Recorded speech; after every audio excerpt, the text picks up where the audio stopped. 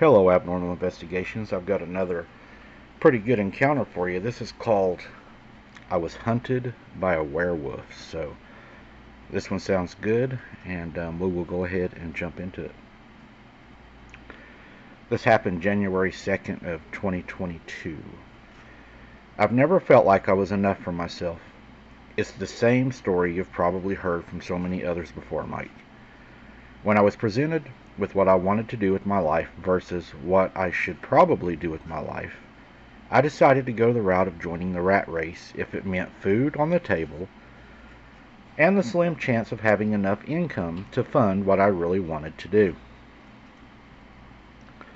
Too bad there's absolutely no sculpturing work in Cheyenne, Colorado, which is where I'm from. Being enrolled at the Laramie Community College with an accounting major certainly isn't something that's filling the missing part of myself that seems to keep growing every day. Neither is being stuck driving for an Uber to pay for it all, knowing that money could go towards materials, a promoter, or fees to have my work featured at the expos over in Denver, but instead going toward tuition, books, and whatever new software program my professors make us buy that is only ever used for one semester and never touched again. That pretty much kills me inside, especially if it means with all the nonsense I face every day at work. Whether it's rude customers, unprompted one-star ratings, or people leaving garbage in my car. I question why I even decided to make driving strangers my means of getting through college in the first place. For every pleasant conversation, good joke, or dime bag of weed accidentally left in the back seat, I get about 30 of the people that give me a good thumbs up. Last night, no matter how much NyQuil I took, it was impossible for me to sleep. I guess I once again threw myself into another one of my existential spirals, where I start to profusely ask myself over and over if I will ever be where I want to be in life. I know we've all had those, but mine seem to get uglier and uglier the older I get. For those of you who don't know, when you drive for Uber, you're given the option of participating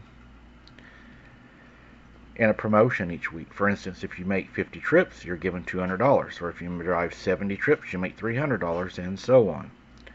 As I laid awake in bed knowing I was only a good 5 trips away from making the extra $350, I figured I can get up those rides and maybe even take a few days off. Lord knows, waking up at 4 a.m. every morning makes you appreciate those on a level you never had before. With that, I grabbed my keys, and I headed out to work. Now fast forward 3.5 hours. I was in the middle of taking my last customer of the night to the mountainside cabin, having picked him up from Denver.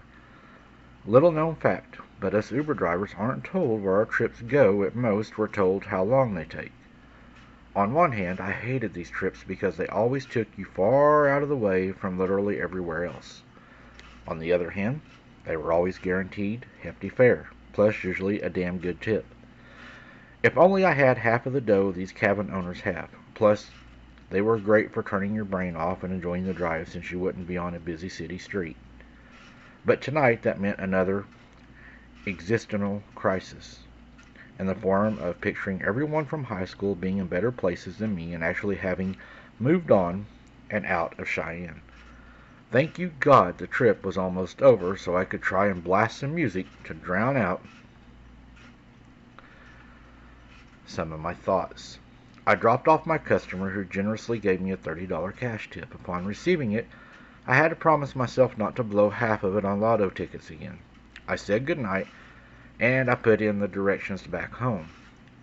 That NyQuil may have kicked in later than it should have, and it may have been 3 in the morning, but at least I made my promotion and had a tank's worth of gas money in my pocket.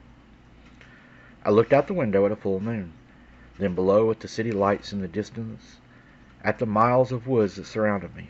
I thought to myself, if I have to be stuck some backwoods town with a 4-digit population number, at least it's one as gorgeous as this one.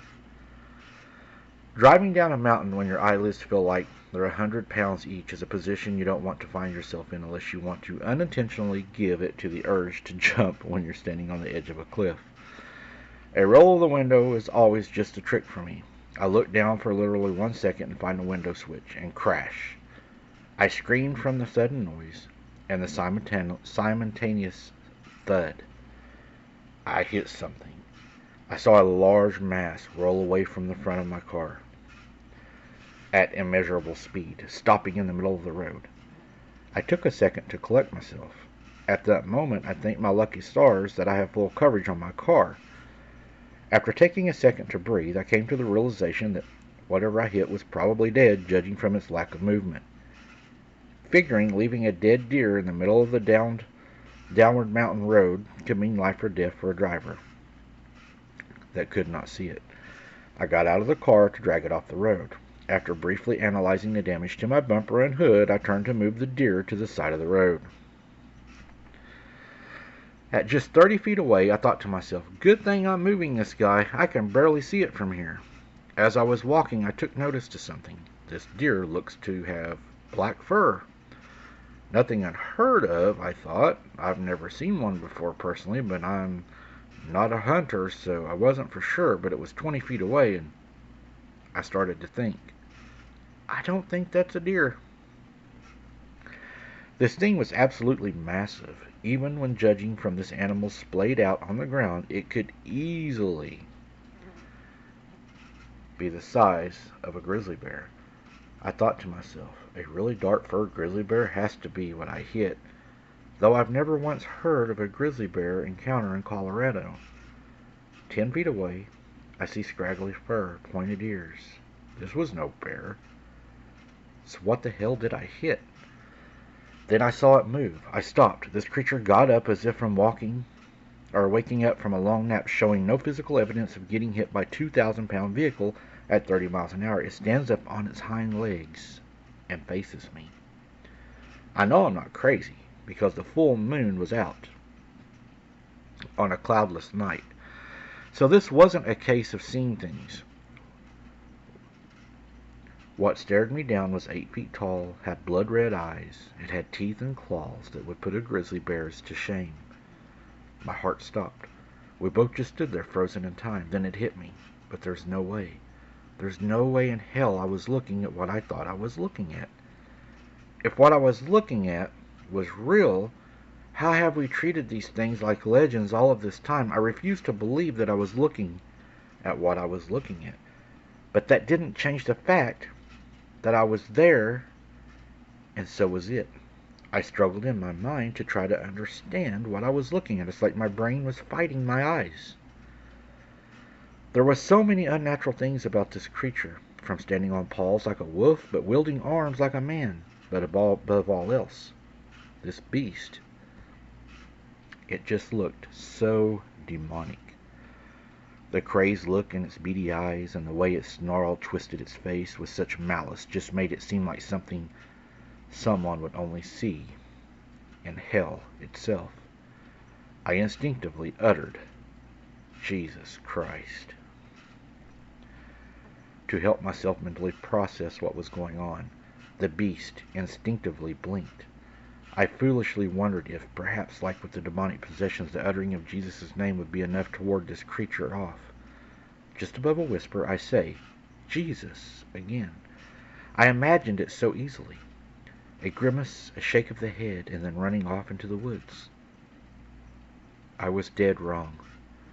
This creature smiled, the most hideous and deranged smile I've ever seen or ever will see, as if amused by the utterance of God's name.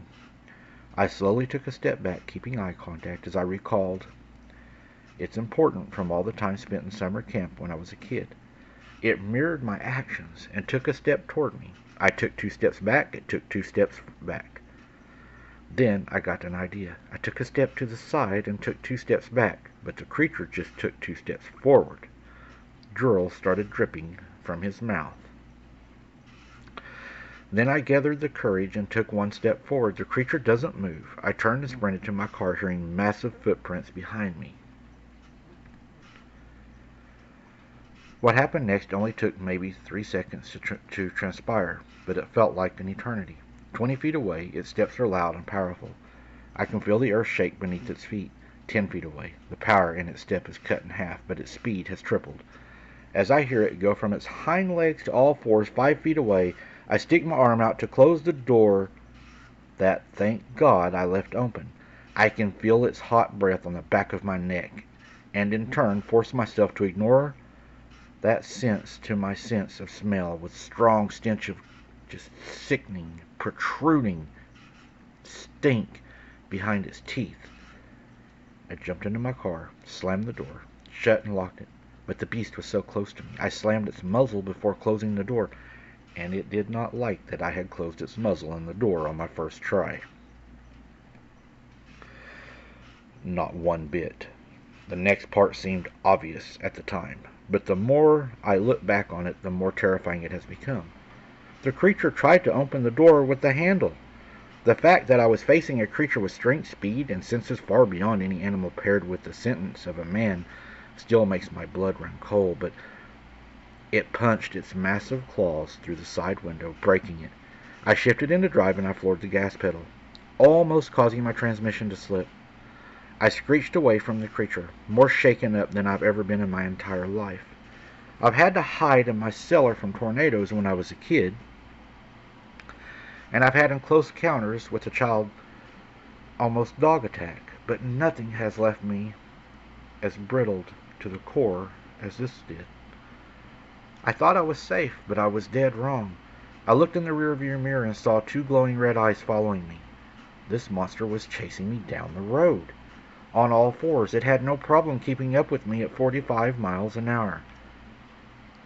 Well, I think I was leaving it a little bit. Maybe it was not that fast. It was just a little slower now that I remember. But I flash back to hearing of a classmate in high school who died in a crash after going 50 on a downward mountain road. The beast moved directly behind the car to kitty corner me and my car at about 45 miles an hour. It knew I was outrunning him, so he started taking ditches to cut me off to the next road. As I was coming down the mountain, the roads kind of curve. I could see its red eyes closing in on me behind me, and then I would speed up and it would go a little bit back. I didn't know if it was anger or hatred or hunger that was behind those eyes, but all I know now, as I did then, it was accompanied by pure evil. But I knew I had to focus on the road. Going down the mountainside at 45 and 50 miles an hour is very dangerous in Colorado and some of the places on the hills. So I knew I needed to focus. I was cautiously, sometimes doing 50 or 55 miles an hour. Way too fast, but the beast kept up. He was cutting through. Granted, it looked like it was taking an effort to do so, but nothing that wasn't doable for this monster. The trees and the rocks were flying past me, and I swear if I had to let this monster startle me in any way and have my arms twitch in reaction, I wouldn't have flown off the edge of the mountain. That's how intense this chase was. But I knew if I went off the mountain and I crashed, he would rip my door completely open or come through the window, and that would be the end of me. I knew that. The road started curving to the left. I had to slow down. It was either probably die or die for certain, so I had no choice but to push down on the brake. The beast caught up again and started to snap its jaws at me, its vicious drool flying into my face with each chomp. Then, a miracle. Before I had time to even mentally process that it was there, an 18-wheeler semi-truck appeared in the oncoming lane previously hidden by the curve of the mountainside. The beast noticed and moved away as much as it could, but we were both going so fast it could only go so far.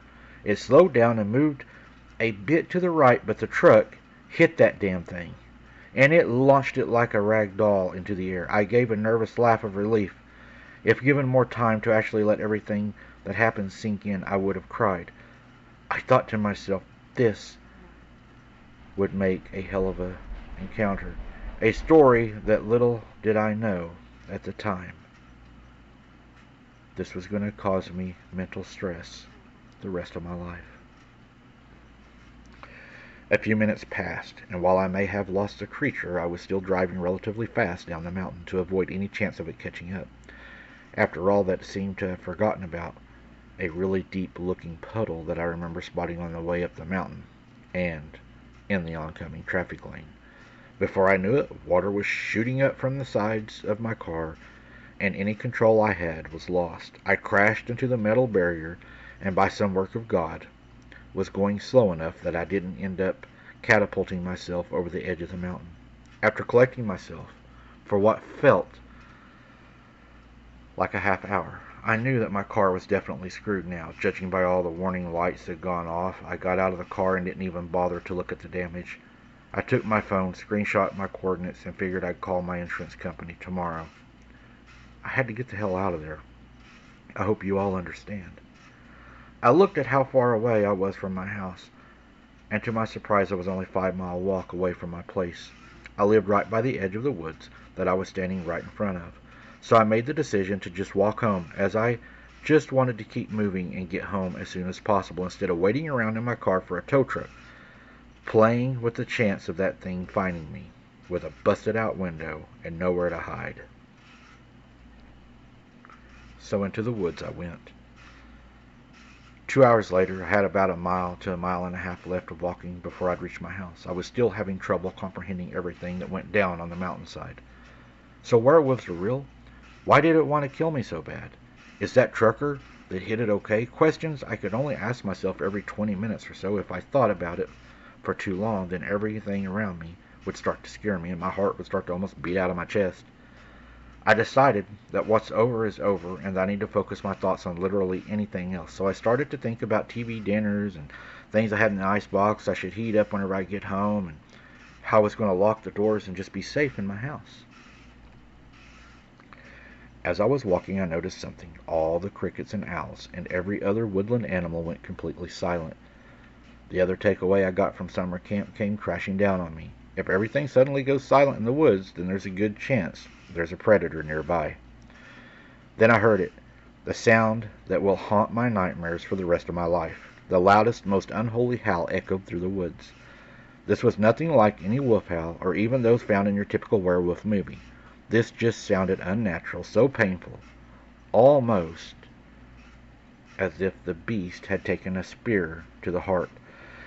I stopped dead in my tracks, feeling my heart sink into my stomach. While doing so, the howl wasn't far away at all. I stood still for a moment, then without thinking, began running. Back on the mountain, everything happened so fast, so suddenly. I didn't have time to process everything that went down. I was numbed with adrenaline combined with fight or flight instinct. Now that I knew it was approaching, my mind started to run along with, "It found me. It survived the hit from the truck, and it found me. It must have caught my scent and went out of its way to hunt me." Another howl, this time so much closer. It was gaining ground. Even with thick woods to navigate through the infinite number of low-hanging branches to dodge, this monster was making serious ground at an alarming rate, Mike. I was scared to effing death. 1 second I was running, the next I was on my back, blood dripping down my face. I took a second for me to comprehend what had happened. In the haze I was hit, but I quickly figured out what. I ran straight into the lower hanging branch. I slowly got up. Things were quiet, but not as quiet as before. I looked to my side and saw a waterfall, maybe 30 feet in height, about 10 feet from me, and rather rapidly flowing river at the bottom of it. For a second, the broken silence calmed me down. Then I heard a deep guttural growl. Pure malice and malevolence could be brought to life through the sound.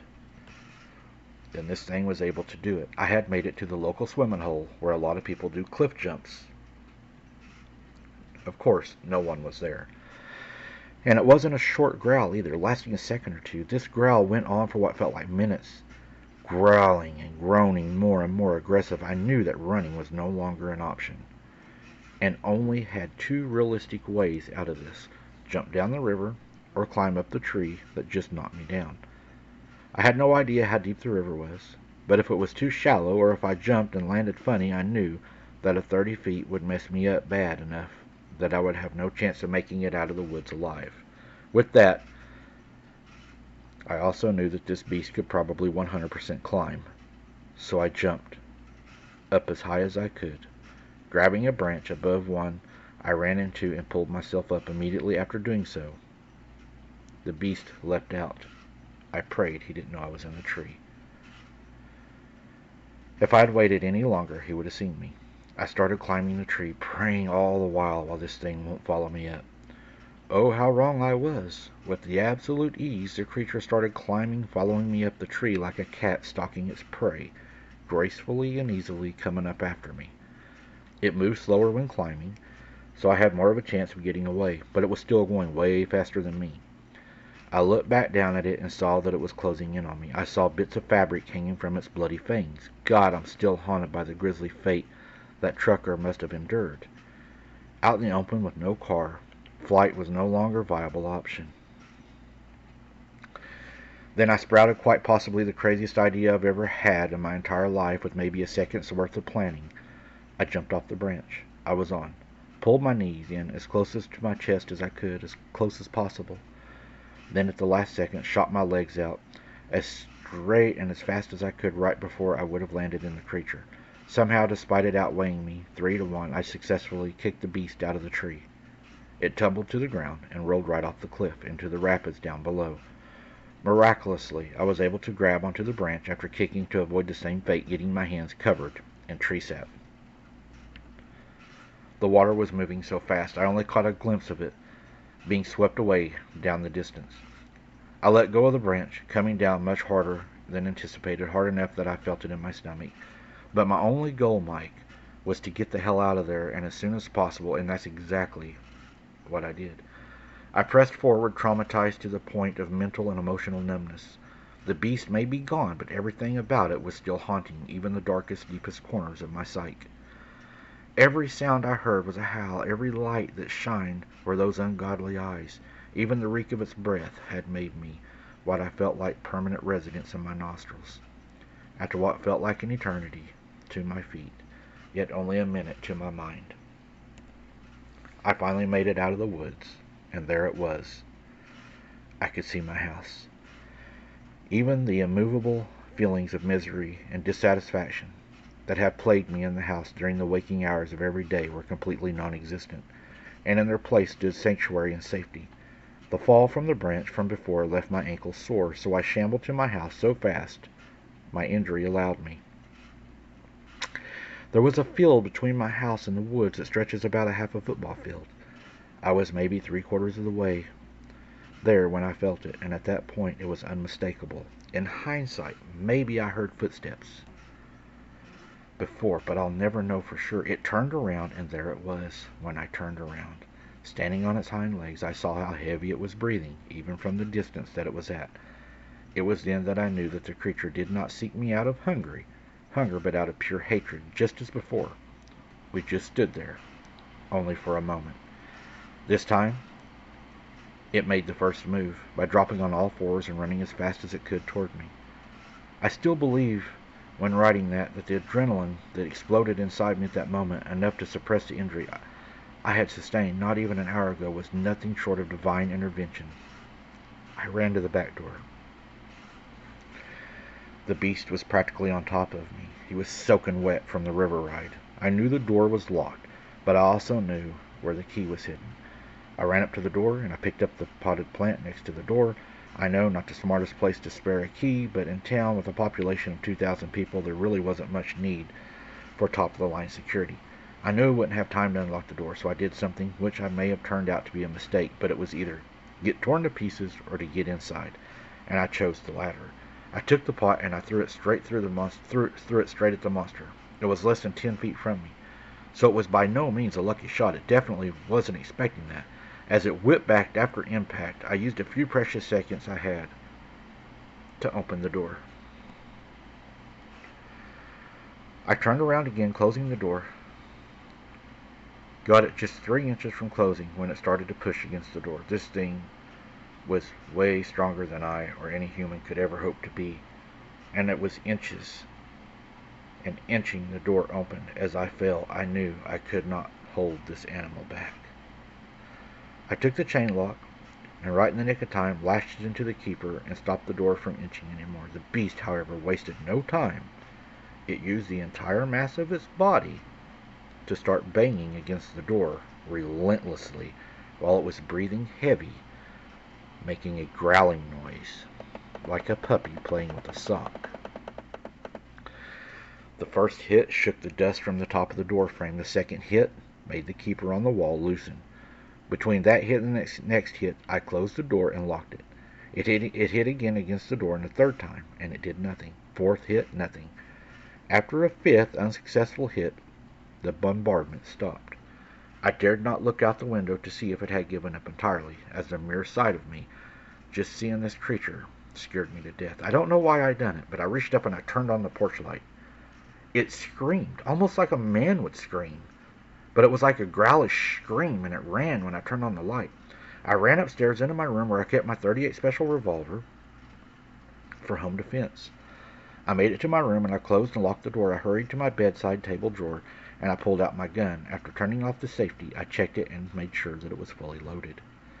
I heard all sorts of stuff outside. I heard it breathing and scratching on the side of the house. Now, I'm upstairs, so I'm figuring it's either got to come up the stairs or it's got to climb up and come through my window. I could hear it scratching on the house. I could hear it growling. Then 3 loud bangs on the side of the house. A large howl.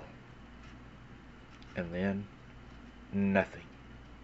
At this point, I'm on the phone. I have a 911 operator on the phone, and I'm telling her that there's a large man trying to break into my house. As I look out my window, I see the flashing lights and the spotlights. My window in the alley where this creature would have been is blocked. The police couldn't shine their lights directly into that alley, but they were trying. Whatever it was knew that the police had arrived and they had scared it off.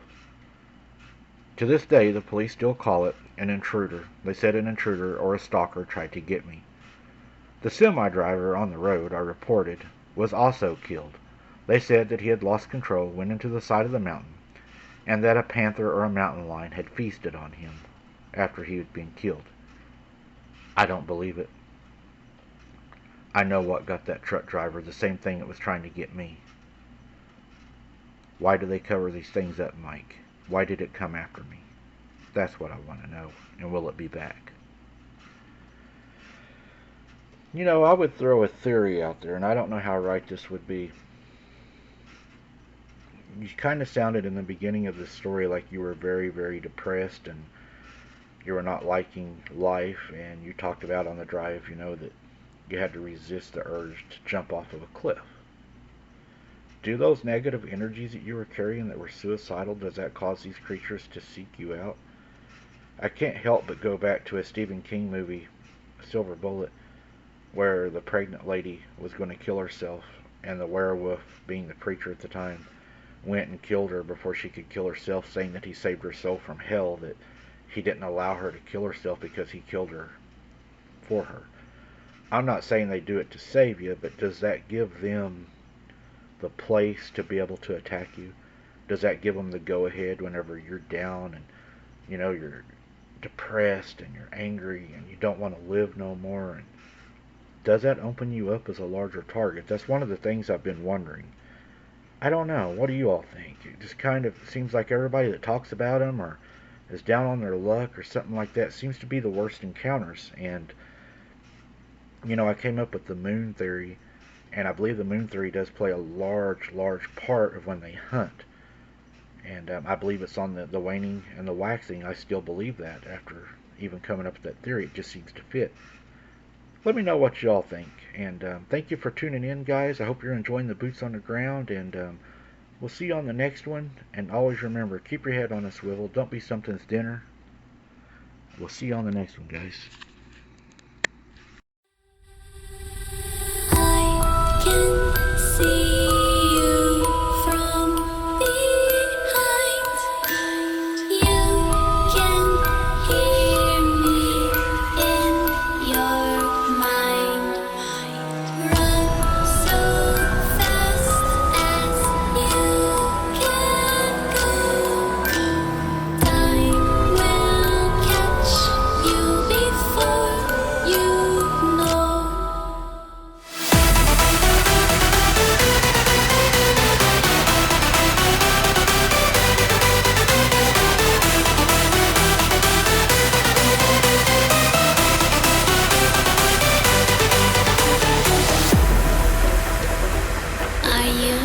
Afraid of the dark?